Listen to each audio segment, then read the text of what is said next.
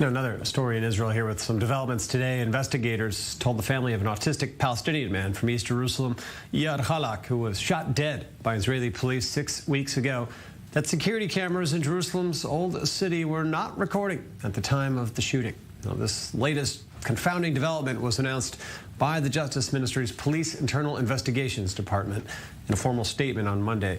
Now, the young man's family has called for an additional investigation out of concern that police are hiding damning evidence in the case. Hallak, who was 32, was fatally shot on May 30th just inside the old city as he was making his daily walk to a special needs facility that he attended. At the time, police said they believed he was carrying a gun, and they opened fire when he failed to heed calls to stop and ran into a garbage room. Now, earlier we spoke with Israeli police spokesman MICKY ROSENFELD about this call for additional investigations into the incident. Well, I think first of all, we have to be careful about what is just being said until we receive all the exact details, step to step, minute by minute, and understand what happened, what information was received by the officers at the scene. There was another team and other officers who also responded.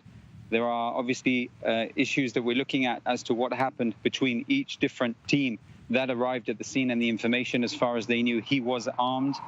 But unfortunately, as I said before, the results of that incident were tragic. In general, we are waiting for the results, and we have to confirm that we have to see exactly what took place.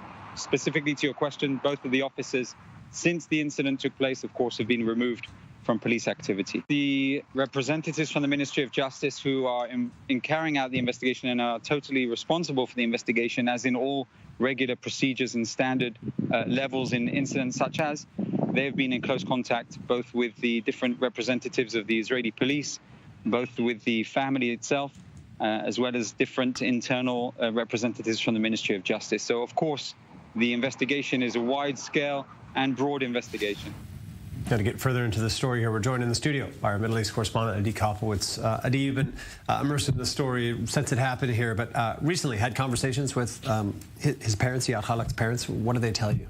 Yes, David, I met with al-Hallak's parents just over a week ago to hear from them where does the investigation stand and what are their demands. And they're saying that they want to see this footage of al-Hallak in his very last moments and the footage of the shooting itself, because they suspect, according to what they heard from eyewitnesses who were at the scene, that Iyad didn't pose any threat to the cops when he was shot to death. And they want to see the proof to what happened during these last moments. Now, the police is saying that there is no footage kept from that shooting, and that is a very strange coincidence, as the old city of Jerusalem is one of the most densely netted places with surveillance cameras, maybe in the world, and most of what's happening there is always documented and there's always footage. An interesting thing that I discovered when I looked into this, I met with one of the workers who work at the garbage room where Iyad al-Hallak was shot, and he said that just moments after the shooting, officers arrived at the place and confiscated all the materials from the server of the cameras that are there, pointed at the exact scene where Iyad al-Hallak was shot to death. Now the family is suspecting that the police is deliberately hiding this footage in order to prevent the world from seeing what exactly happened there. The police and the police department that is supposed to be investigating the matter says that there's no footage of the shooting itself, and the family is still demanding to see it, but there's no evidence for that footage and where it is right now.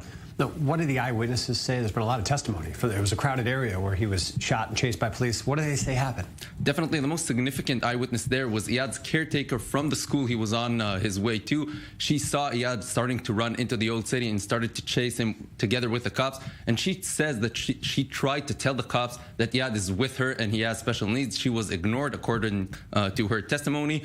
Different people who were there at the scene are saying that Iyad's last words were, "I am with her, I am with her," trying to maybe get some assistance from her and tell the officers that he's with her, but she was completely ignored. As to what exactly happened there, only the footage can be actual evidence of what these very last moments looked like, and it seems right now that we're not going to be able to see this footage.